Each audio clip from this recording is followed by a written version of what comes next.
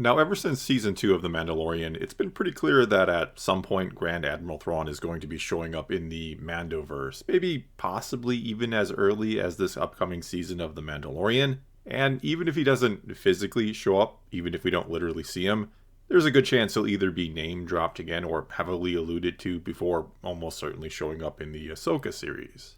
In fact, I think there's a pretty good chance, so good I'd be surprised if it didn't turn out to be the case. Plus, it would kind of take a page or two out of the original Thrawn trilogy written by Timothy Zahn.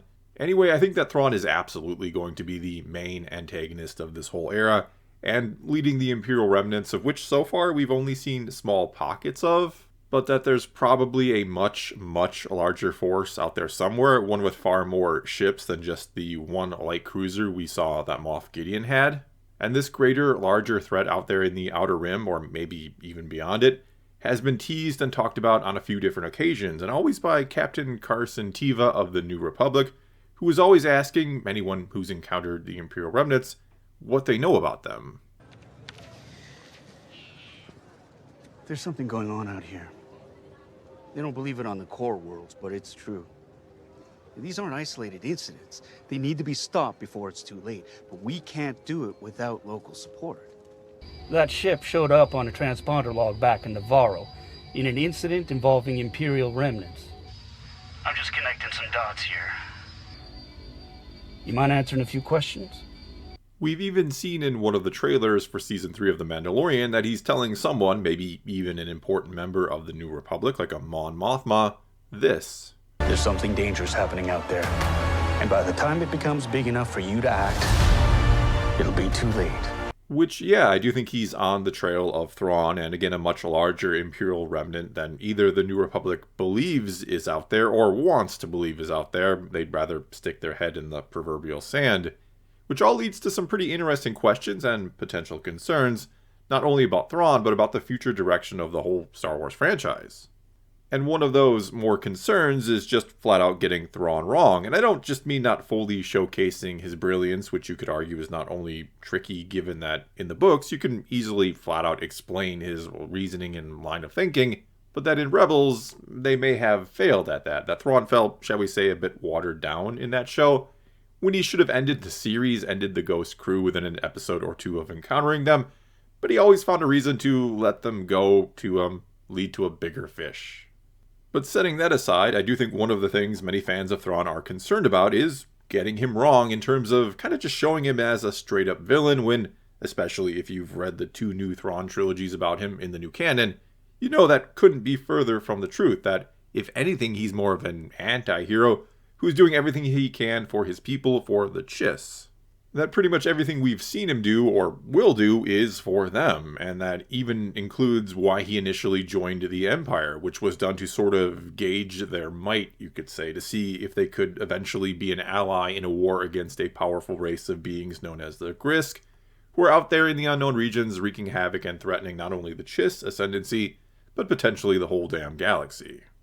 And I do think that here in the Mandoverse era, or the post-Return of the Jedi time period, that nothing has changed with Thrawn or his motivations, nor would I want them to have changed. I think his goal is still to help his people, no matter what he may have to do, even after what happened to him, or where he's been after we see him and Ezra kind of carted away by Purrgil in the series finale of Rebels, which is no doubt why Ahsoka is looking for Thrawn, as again seen in The Mandalorian.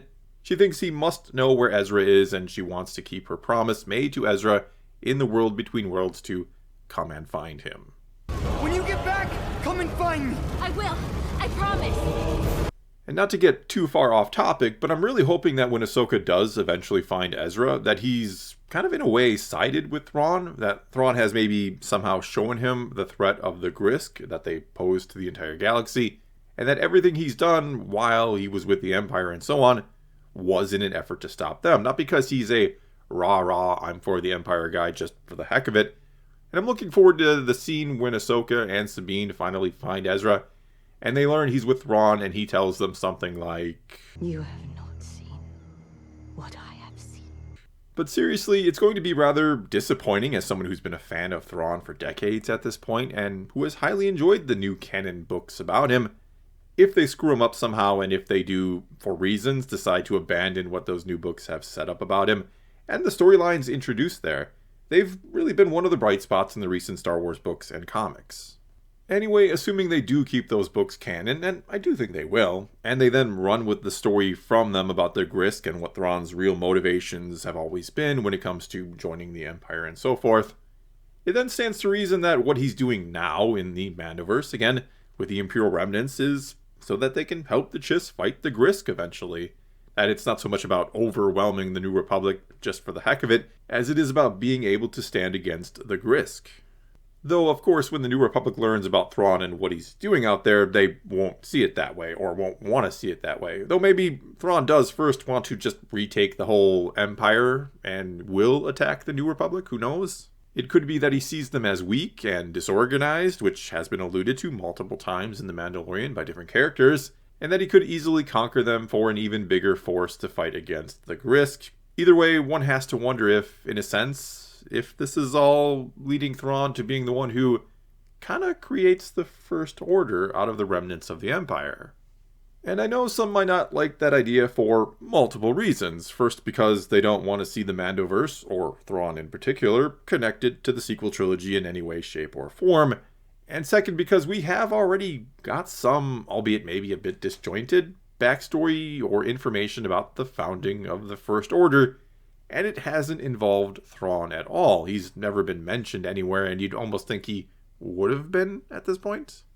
Either way, we do know that, yes, the First Order does rise from the ashes of the Empire, and that, again, almost certainly, we're soon going to learn that the Imperial remnants, or at least some of them, are going to be led by Thrawn. I mean, sure, maybe they'll go a different route with Thrawn and the Mandoverse entirely, but I'd be very surprised if we got all these hints about the Empire being up to something big somewhere out there, and also hints about Thrawn, and that they don't connect and lead to virtually the same place, if again we don't get some kind of take on the original Thrawn trilogy out of the Mandoverse. It could even be that, again, linking this all to the sequel trilogy, which for better or worse is likely to happen to some extent. Let's not forget we've seen Babu Frick in the trailer for Season 3, which means they're not shying away from stuff from the sequels, and that we may even see some sort of precursor to the Praetorian Guard in Season 3 of The Mandalorian, if some of the leaks and rumors are true. Anyway, it could be that Thrawn knows about the Sith fleet being constructed on Exegol, and he's made a deal with Palpatine, or the Sith Eternal, that if he helps bring Palpatine back, maybe by finding Grogu, they likely think he's the key to Palp's return. Anyway, once he is back, once Palpatine is back, he will then help the Chiss with the Sith fleet destroy the Grysk, and of course, Thrawn is on board with all that. And in the meantime, Thrawn is trying to form the remnants of the Empire into the First Order as little more than a hidden distraction for the New Republic to chase after, which seems to be working, or at least it's working on Captain Teva. So far, he's the only one we've ever seen talking about this at all. But obviously, somewhere along the line, something has happened to Thrawn. He's maybe either killed or cast out of the First Order for reasons, or maybe he's ultimately defeated and killed by the New Republic, who knows? And then they, the First Order, end up still building up their forces and accelerating or changing their plans, and they attack the New Republic and wipe them out with Starkiller Base to help facilitate the eventual coming of the Sith fleet. I don't know, it's kind of hard to make sense of the story of the sequel trilogy, which is why, yes, many in the comments will tell me not to bother, to try not to fix these films. I get all that. But more than likely they're going to try to do it anyway, so here's how I think they could begin to do it, or maybe this is what they're going to try.